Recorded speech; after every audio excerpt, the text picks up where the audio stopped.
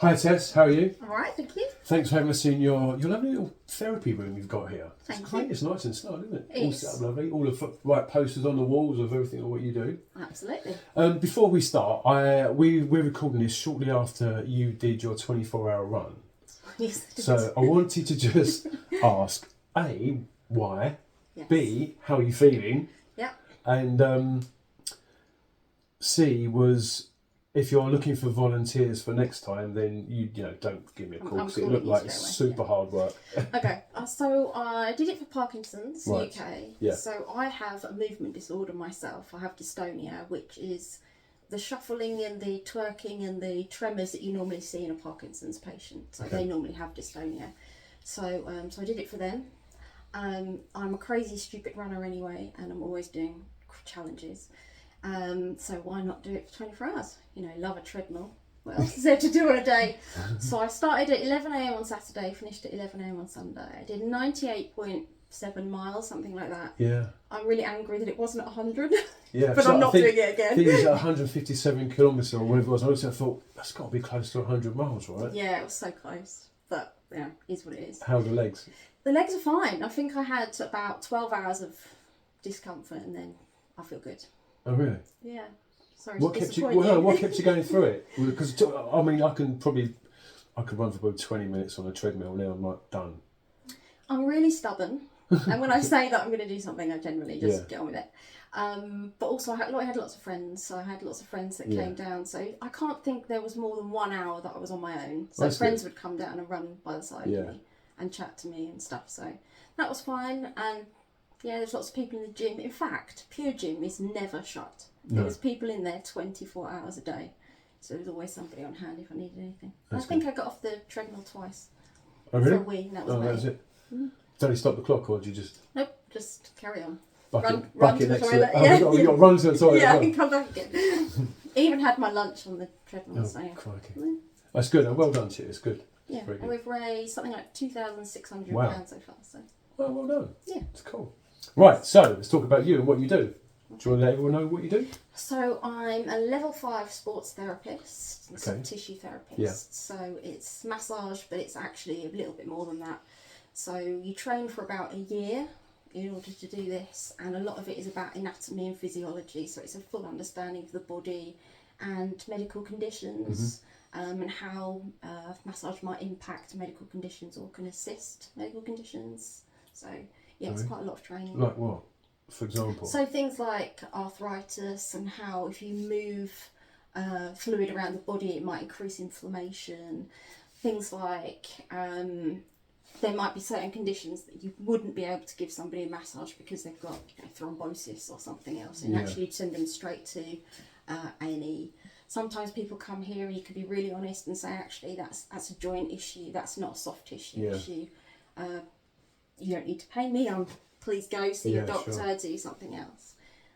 But yeah. So how did you get into this? I got into it because, like I said, I'm a bit of a crazy runner, and I have had a lot of massage therapy myself. Equally with dystonia, with my condition, I get a lot of tight muscles because my muscles are constantly going all the time. So it eases some of that. So I've had a lot of treatment myself. And then I was working the public sector, which is just high pressure all the time. And so I was looking for something that was just something else to learn, something else to do, something that was relaxing. Yeah, it's, I guess doing what you do, I mean, we touch on it so many times, but when we interview people and talk to people, what they do now is a far cry from what they did in a previous job. Yeah. So a lot of 99% of people, would you agree, Charlie, is like high pressure to something that's quite calming and more rewarding and maybe not as well paid. Yeah. But the money isn't the important part of it. It's the mental health side of it and the actual reward and the passion. Yeah. Yeah, I think it is the personal well-being is what drives you to try and learn something different. I think I got to, I'm knocking on the door of 50, so I got to my mid-40s and was, can I learn something new? Am I capable anymore? Because I think we all question ourselves as we get older, can I do it? And again, my stubborn head went, okay, I'm going to do it, suck it up. And that's kind of where it started. I'd received the treatment so many times, I knew it worked, that I wanted to learn. I wanted to prove something to myself that I could do it. And off I went. And then before you know it, you're like, okay, well, I've done that. What am I going to do with it? And one of my big things is about, because we've talked before about people's welfare, especially in the work environment. So it's how can you bring those kind of treatments to people that are beneficial long term, really. Some of the work I do, I work at the therapy gym in Colchester as well. So there's people with disability, rehabilitation, kind of thing. So bringing it to a wider population, really. Yeah. So most of your clients, are they through sports, or do you have people come in that maybe do an office-based job and have got... Completely office-based. Oh, really? Really, yeah. I mean, at the moment there's quite a lot of runners because everyone's prepping for marathon season that's coming up. So there's quite a lot of runners who just want maintenance, really, to keep the legs moving and stop the injuries occurring. But most people, it's things like, if you think about hairdressing, when they're constantly in this position and they're using the same muscles all the time, mechanics, those kind of things, that kind of people who are doing maybe a slightly more physical job, or they're in an office where they're sat like this all day, it's the same upper body tension. Yes, it's really repetitive muscle strain on a lot of people that causes injury, or muscle weakness because they're sitting in a desk and they tend to sit like this. Actually they cause themselves more problem. So how long have you been doing what you do now? 2 years. In 2 years? Yeah. So how long was you in the public sector for? 25 years. 25 years. And did you find that when you kind of moved into doing this, you've obviously the public sector is what it is, but you've got 25 years of experience. Was there anything that you've kind of transferred over into what you do now, some of the skill sets that you have? Because I think when we've spoken to people before, Charlie, they think, well, I couldn't want to do this, but I've been so long doing that. And it is about, you have transferable skills that you've been doing so often, you don't think of them as a skill maybe until you want to try and do something else. Even things like the admin to run a business. Most people that have had any kind of office-based job already know how to do all of those admin tasks. It's just that somebody's been telling them to do them for so many years. They're quite capable of setting up. I mean, even my website I've set up all by myself. It's not that complicated. I think sometimes it's just be brave and give it a go. Because you look at a website and think, well, it's got to be perfect, and it's got to have this information, that information, and it's, and it becomes quite overwhelming if you're not quite technical minded, I guess. It evolves. Yeah, of course it does. Yeah. And most of the big website providers have a template. Like anything now, you can go and get a CV template, can't you? So it's the same thing with websites. It really guides you in what you want. I think I just looked around and found what other people had and then amended mine to it. Other things like, we're all really good at working with other people because we've all been, it's very, very few people work independently, don't they? So even if it's just having clients, you're working with other people, that's communication skills, which is always transferable. I don't think there's anything that you haven't learned in life that isn't transferable into a business setting, even if it's just being confident in the person you are. It's really helpful.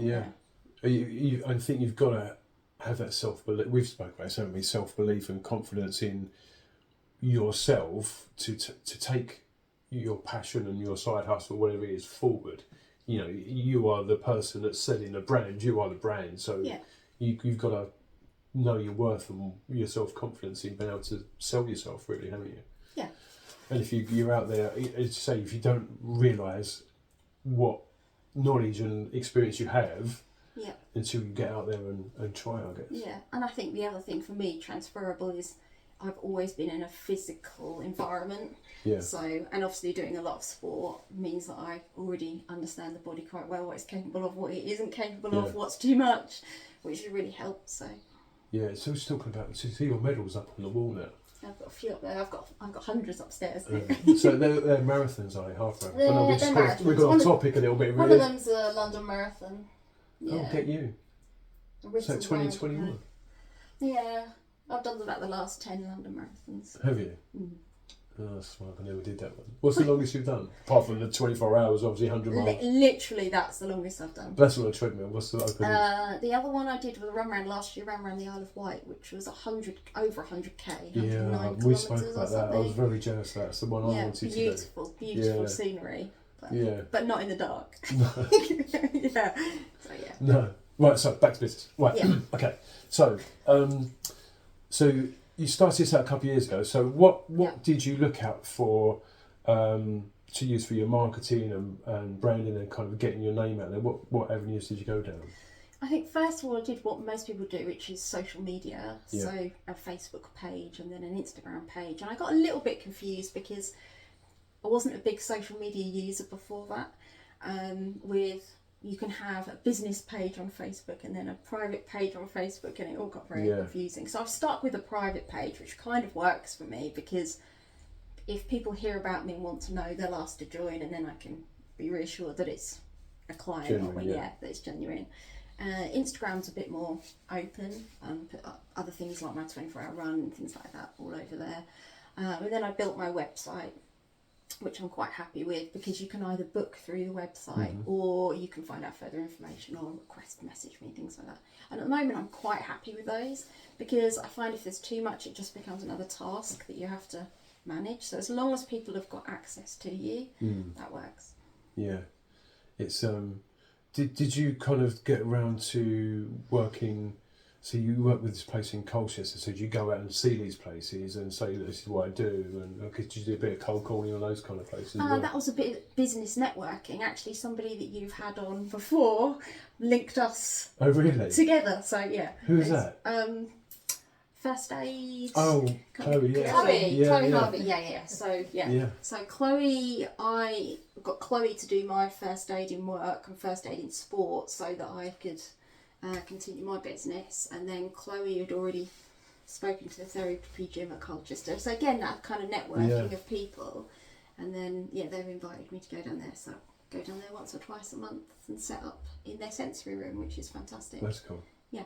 And then it means it's all access for disabled people as well. So yeah, so I guess for you it's like most things, it's word of mouth, isn't it? And you kind of got unless you're very lucky, it starts off very slowly, and then all of a sudden your traction will build up, and your name becomes more widespread, doesn't it? Yeah, I think all the clients I've got are through word of mouth. I think very few of them come genuinely from just finding you on social media.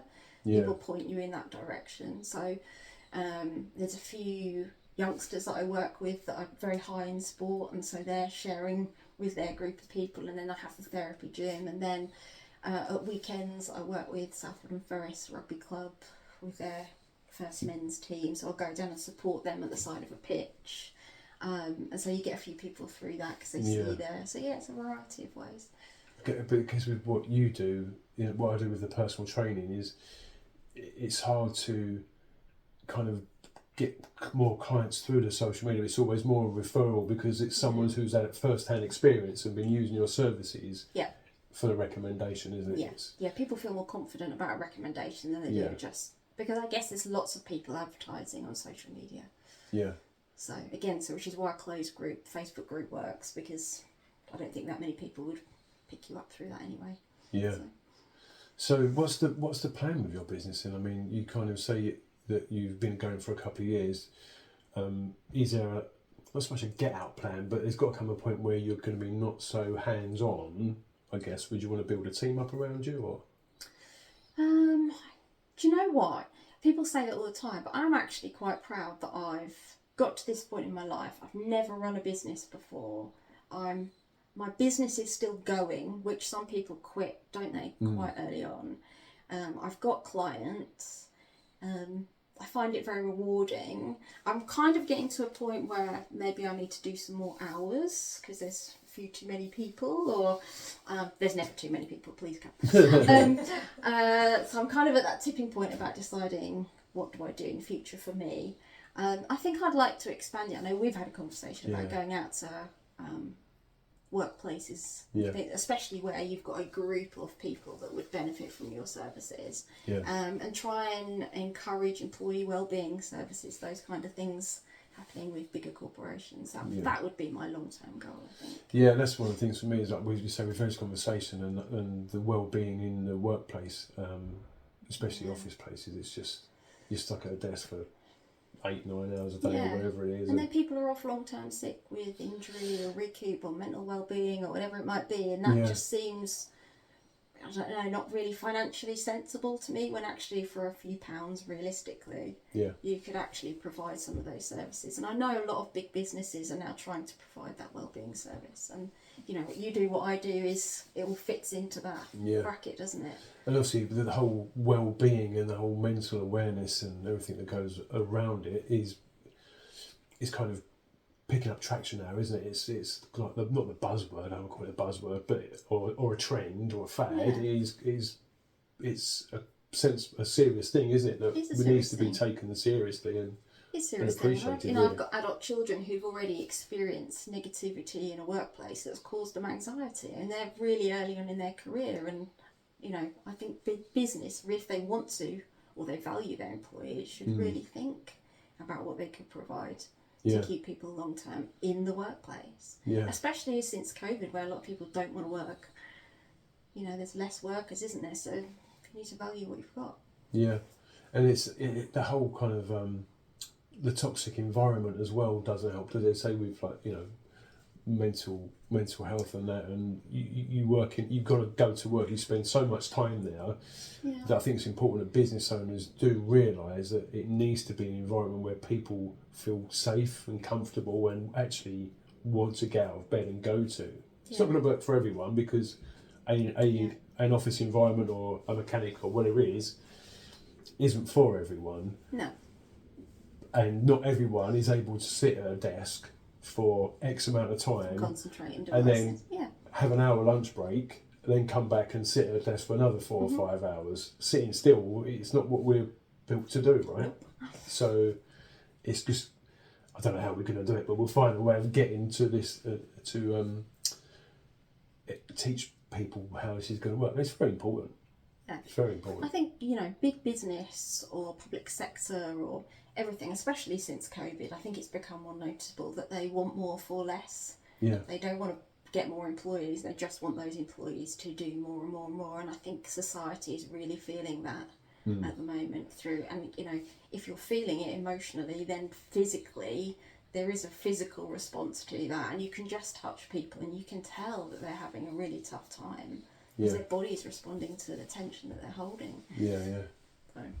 So just want to touch back on something you said about, you see, you've been going a couple of years and you've had things that kind of people, when they start into a business, they hit a barrier and think, enough, I can't do this. What kind of things have you experienced? Because I'm sure it's going to be relatable to so many people out there. Many times. I think we all fear rejection. Yeah. So I think originally you'd have somebody come who would come once and you think, why are they not, or they've not contacted me again, or they've never asked to come back. Did I do something wrong? And every part of me wants to do that conversation of, was it okay? Did you like the treatment? Did it work for you?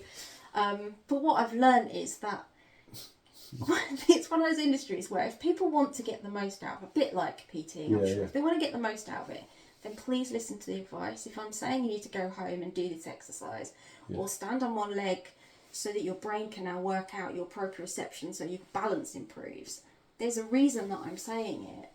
And I hope that I'm explaining to you why it's of benefit to you. But if you don't do it, that injury is not going to get better. Yeah. Can I just wait, is that a genuine thing, stand on one leg? It is, proprioception.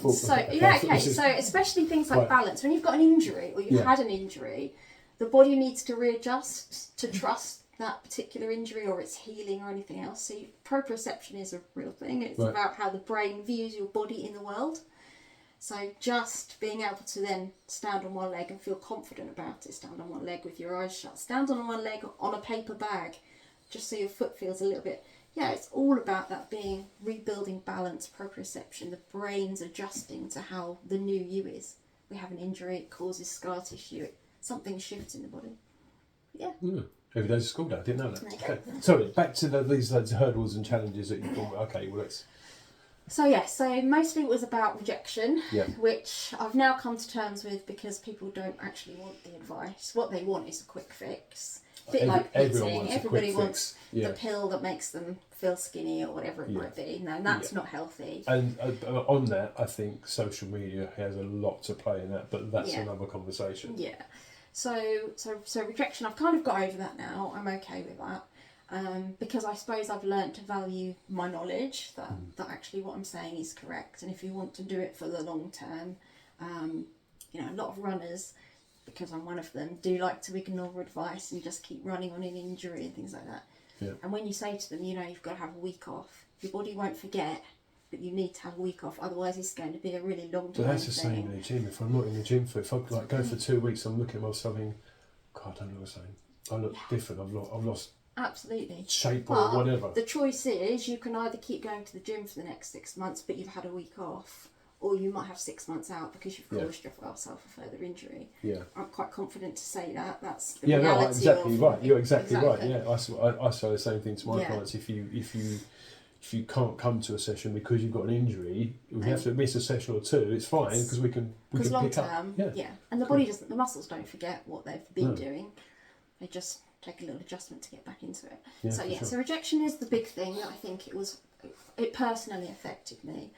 I've learnt a lot about making social connections, like reaching out to other people through LinkedIn and things like that, which I definitely didn't use before. It's too grown up, isn't it? I know, don't you know? So I've got braver. I thought I was brave, but I've got braver in doing things that I thought that I wouldn't. But you seem very confident anyway.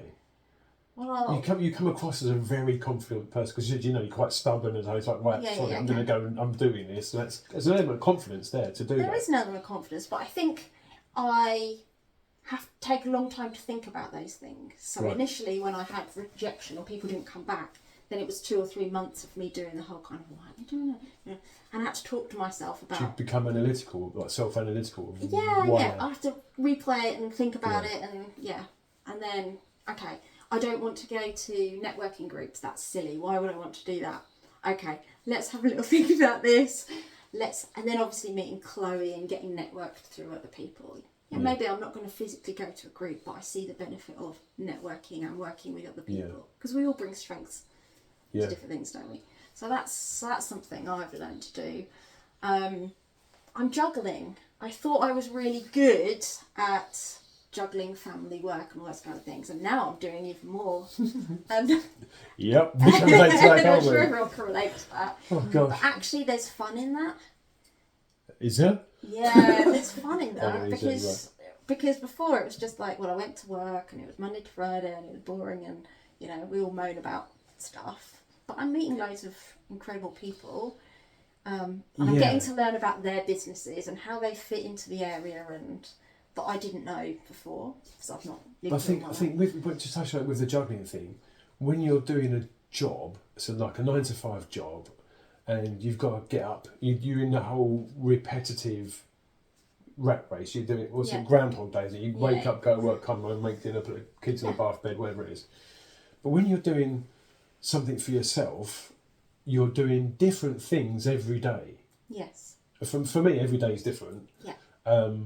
Whereas before, it's the same whole 9 to 5 thing. So you are juggling things, but you're not in that whole. I'm not doing it for somebody. I'm doing and you're not in that boring mindset of like, oh God, I've got to do this again. Yeah. You're like, oh crikey, it's been a really long day. Like we're doing this in the evening. We've had a whole day that we've already done today. Yeah. But it's something you're passionate about rather than paying the bills for. And it's not something that someone's telling you to do. You're doing it because you want to do it, or you see a value in it, or even if it's because it's financially making you better off, or you enjoy making money, or whatever it might be. It's giving you something that improves you as a human, doesn't it? Yeah, very much so. Very much so. So when someone is referred to you, what's the kind of the process through that? And so say I give you a call and say I've got this, whatever it is. What's the process? Okay. So the first thing that I would send you is a medical form, and there'd be certain questions that I need you to answer. And part of that would be, why would you like to come and see me? And out of that, I would also We haven't got to do any role play, have we? Because I'm no. rubbish at role play. Okay. Right. I'd also ask for your consent, so physical consent, because obviously I need to touch you to be able to judge whether this is the right treatment for you. If there was something on that medical form that I thought I needed to have a further conversation with you about, I'd probably email you or give you a call and we can have a conversation about it. Yeah. Or when you come in, I can ask you further questions. If I was clinically unaware of that condition or how massage might impact it, it would be a no-no for me. It would be a red flag, and I'd say, I'm not going to do a treatment today. I'm really sorry. This is the basis of why. Or could I ask you to go and visit your doctor and get them to sign off that they're happy for you to have deep tissue massage or whatever it might be, based on your condition. Yeah. Or it might be that you've written something on there that I'm unaware of and it just needs a little bit of research. Yeah, sure. Or speaking to my network of therapists and saying, do you know what? Maybe I'm not the best person because I've not treated that before, but I do know somebody locally who has treated that and would be happy to do so. Yeah. So it's all about what's within my knowledge base. I wouldn't go outside. What class is a red flag? So something like deep vein thrombosis, DVT, absolutely no. Some people, especially if they've got arthritis and they're in a flare-up, absolutely no, because it won't be beneficial to them. Because all I'm creating is more movement, heat and everything in their body, which is already full of inflammation, so I wouldn't do it. So so certain conditions would be... And you've got to be honest, haven't you, really? Absolutely. What you provide is a service, and there's certain things that your service isn't going to benefit. Yeah. But people don't know that until they contact you and say, look, this is the situation. Medically, unwise for you to do it. Things like if you've got a migraine, don't have a massage. It's not going to be beneficial because, again, that sensation of improving the circulation. So if you've already got throbbing in your head, I'm just going to make that worse by, moving all the soft tissue and all the fluid in your body around your body even quicker, and that's going to give you an even worse headache. So I wouldn't do it if someone's got a headache or a migraine. And one of the things we do say straight after is, for the rest of the day, please drink more water. Because we're moving toxins around. Actually, if you want to flush those out of your body, you need to drink lots of water. So we're taught to a level that says, actually, if it's out of our remit or we don't have that knowledge, we wouldn't do it. So are they like a set of sessions with you, or is it just like a one-off, or is it depending on the individual? Completely depends on the person. So it might be that, so I have clients that come in once a month and it's just regular maintenance, like those office workers who are constantly in one position. So after a month they're like, oh yeah, really feeling that tension again. Okay, well, let's work that out. It could be that they've got a specific injury that they're repairing themselves from, or it could be they've got an injury and they're not sure whether it's a soft tissue injury, a joint injury, or something else. Yeah. So it might be a case of them coming in just doing lots of assessment work just to see what's working and what isn't. Yeah. And how long does it last, or does it depend on the individual? Like, so if I was coming in, we was going to have 8 sessions, like 20 minutes, half hour? Yeah. So normally the first session's an hour because we need to do all that clinical assessment, make sure that everyone is suitable for them, and then after that might be a half an hour, might be a 45 minutes, might be an hour, depending on what it is that they're looking for. Or what work needs to happen. And then they get homework in between. Really? Yeah. So normally they're sent, I'll send them an email with some exercises on. And that sounds really daunting to most people, but it's something that, if I wouldn't be prepared to do it, so if it took more than 15, 20 minutes of my day, I'd be like finding an excuse not to be able to do it also, unless it was running. So it's got to be something, which is why I say like proprioception actually. If we're talking about balance issues, it might be that I get you to do it just while you're cleaning your teeth, because you're going to be cleaning your teeth anyway, or while you're making a cup of tea. So we're trying to find something that fits into your normal day. Yeah. Would that? So I'm curious about the standing on one leg thing now. So would that benefit you anyway? Just doing things that aren't standard run of the mill everyday positions. Yeah. Would that help? Yeah, I mean, even if you think about just strength work in your line of work, if I get you to stand on one leg, I'm working on the strength of my ankle, of my knee, of my hip, of my balance, so my core's going to be activated again. So all of those things are things that we just don't do ordinarily. We stand firmly on 2 feet. Yeah. And we don't think about whether there's an imbalance. But somebody might come and actually there's an imbalance in their body in the way that they walk, which is why it's caused an injury or a tension or a problem. In which case, if I can get them to adjust their body and really think about how they stand, walk, or build some strength in a particular place, it's really going to help them long term.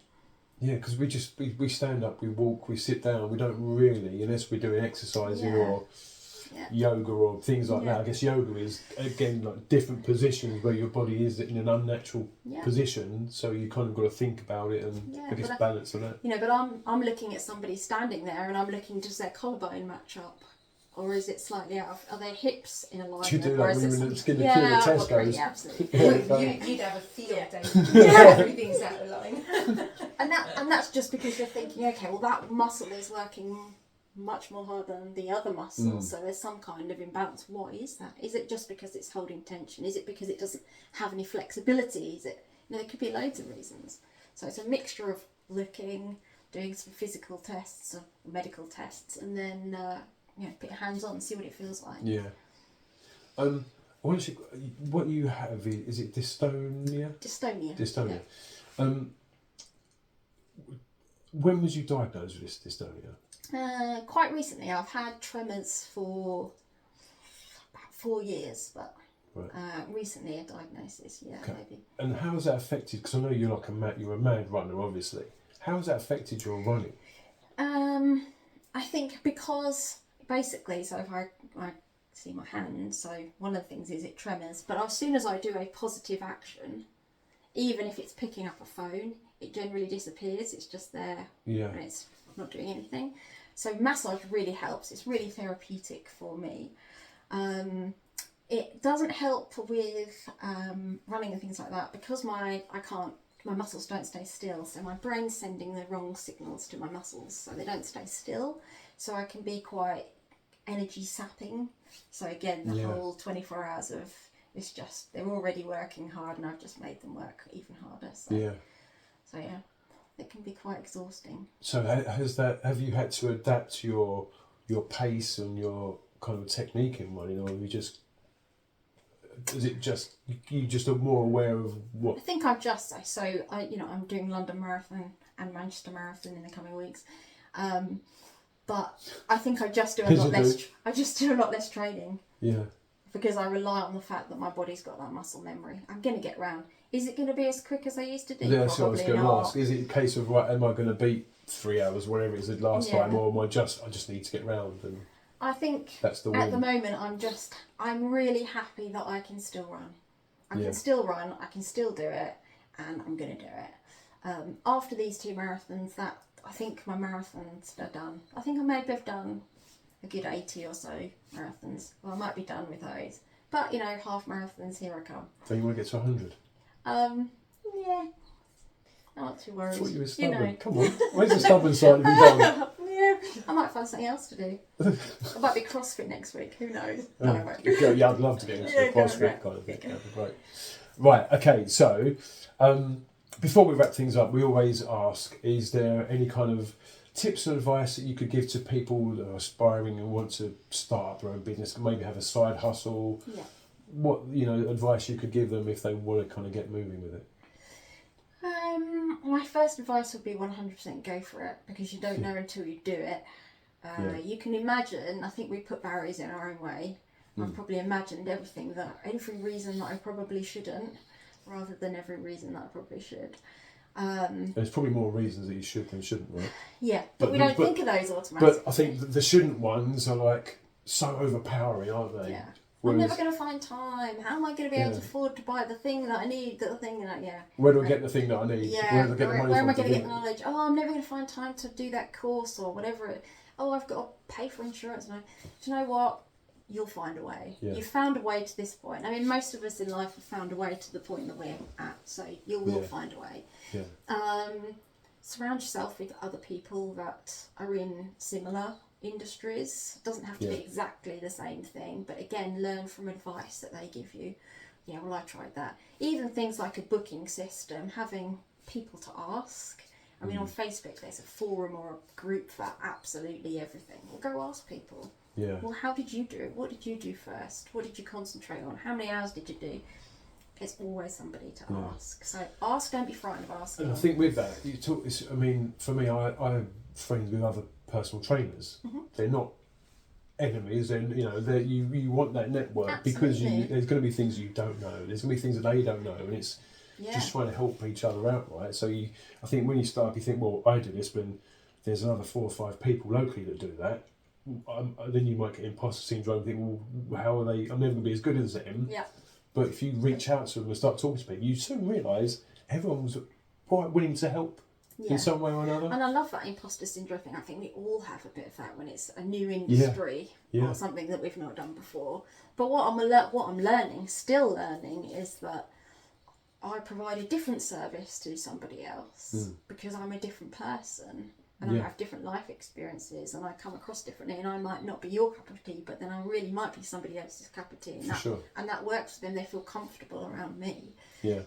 So don't worry about being someone else. Be yourself. Yeah. Do it anyway, because you can live your whole life with regret. Yeah. Give it a go and surround yourself with other people. Yeah, and you're right, you're not going to be everyone's cup of tea, but then when you go for someone, you've got to think for yourself. When you're in that position and you're looking for someone to help you, you're like, oh no. Get a connection with them. You instantly know, right, if you're going to get a good vibe with someone and you're going to be able to work with people. I mean, I've known you for a while now, and I'm probably never going to talk to you again. I'm joking. But your other half will also be fine. yeah. That's me. You still got me. Brilliant. Yeah, I'm joking.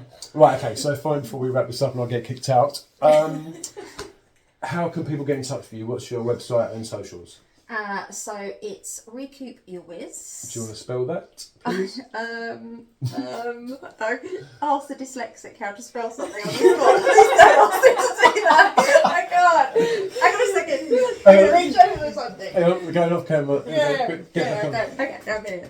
So RECOUP, you are, Yep. and then you're WIZ. Okay, and that's you on Facebook, Instagram? Facebook as that, Instagram as that, and if you do recoupyourwiz.co.uk, that's my website. Perfect. Tess, it's been absolutely brilliant. Thank you so much. Pleasure. Thank you. Cheers.